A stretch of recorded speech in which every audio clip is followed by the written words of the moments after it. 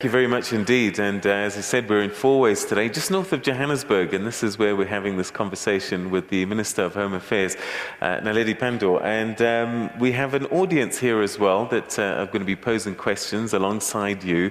And I just want to say that we actually have a very special guest here as well, Sophia Williams-De Bruyn.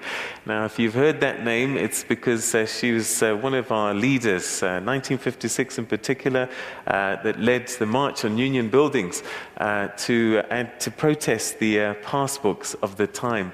And in fact, I believe she's one of the recipients of the new Smart ID books, and she's with us here today. It's a pleasure to have her. And certainly we're going to be chatting about these smart ID cards card. now. ID card now. Minister, let's talk about that Smart ID card. You gave us a little bit of a precursor before, security features, etc. And I guess there's one question that seems to be coming through on Twitter a lot is, do we have to pay for them? Yes, we do. We have said this to the public, that we do have to pay. Why, Minister? First issue is free, because I think all countries in the world do ask that services should be paid for. The provision of an ID to a citizen is a cost that would be shared with government. What if I can't afford it? Well, many people had said they cannot afford the increase from, I think it was 20 Rand or so to 140 for the Green ID book. But actually what we found is that more people are replacing the ID book than numbers applying for a new book, which means we don't take care of our property. If we paid once, it would be very cheap. You're paying for improving your security, you're paying for reducing fraud, you're paying for new technology and improved services. Is it going to be compulsory then to get this new Smart ID card? Because you're going to invite people to get one. Yes, it will be compulsory because it'll be the legal identity instrument. It's preferred by the service providers. We've worked very closely with the banking industry. They're very happy with the levels of security being introduced. The business sector is pleased that they're going to be able to actually check against your fingerprints. So in terms of the service providers that you as a citizen engage with on a daily basis, this is found to be a far better approach. But then again, why pay for something that I'm forced to do? Because all that we do has to be paid for. We have had to place new technology, both in our offices as well as at the government printing works, where the cards are printed and sent out. The live capture system is a new system, so we pay for that. State revenue from our taxes, from value-added tax, other sources of revenue, pay for all the services that we enjoy in our country. And if we're to purchase a machine to produce new smart ID cards, that has to be paid for. You can't take that money away from the school feeding scheme.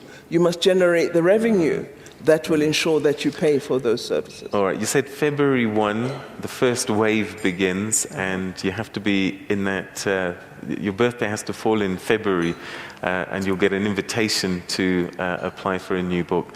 What happens in the interim? So somebody's put in an application for an ID book already.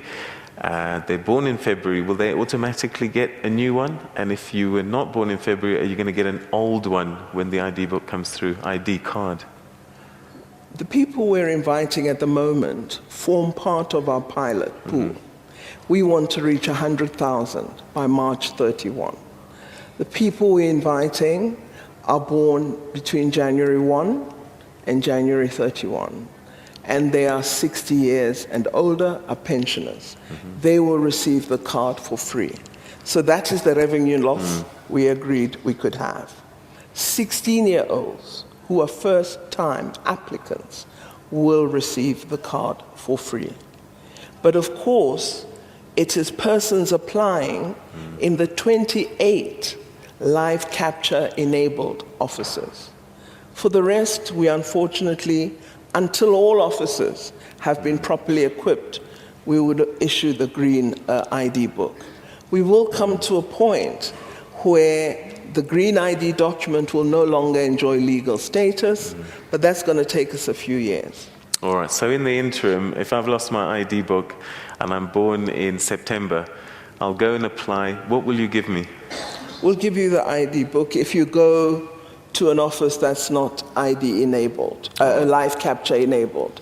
But if you go to Byron Place, or you go to the office in Nelspruit in Mpumalanga, or in Polokwane, or the Wynberg office in Cape Town, and if it's your month of birth, and I've invited you and said, come and apply, you'll get the smart card. And if it's not, then I get the old green book. If it's not, then you'll continue to receive. Until my birthday comes. Yeah, so keep your ID book until I invite you. All right, okay. So is this going to help solve a lot of these problems around identity theft and, fraudulent use of these green books? I think, Peter, it's going to help us to begin a real cleanup of the National Population Register. Because firstly, you have to present yourself. We've had a few people coming forward in the test pool, and we've discovered that some of them actually acquired citizenship fraudulently. So we've been able to deal with them. Because you have to personally present, you're not going to bring photographs and then swap those photographs with somebody else when the document has been issued. You can't lift the laminate, put in. It's all paperless. It's digital. Your personal biometric details, your fingerprints, which can't be somebody else's, are recorded and encoded in the chip, inside, embedded in the card. So it's high-level technology we're talking about, and clearly it is a vast change from the document we have now.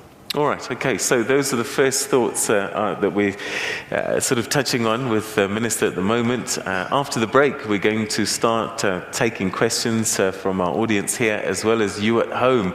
So get tweeting at SABC Morning Live, and Morning Live SABC, and at hashtag TNA BizBrief. All of that still to come. Stay with us. You are very much a part of this conversation.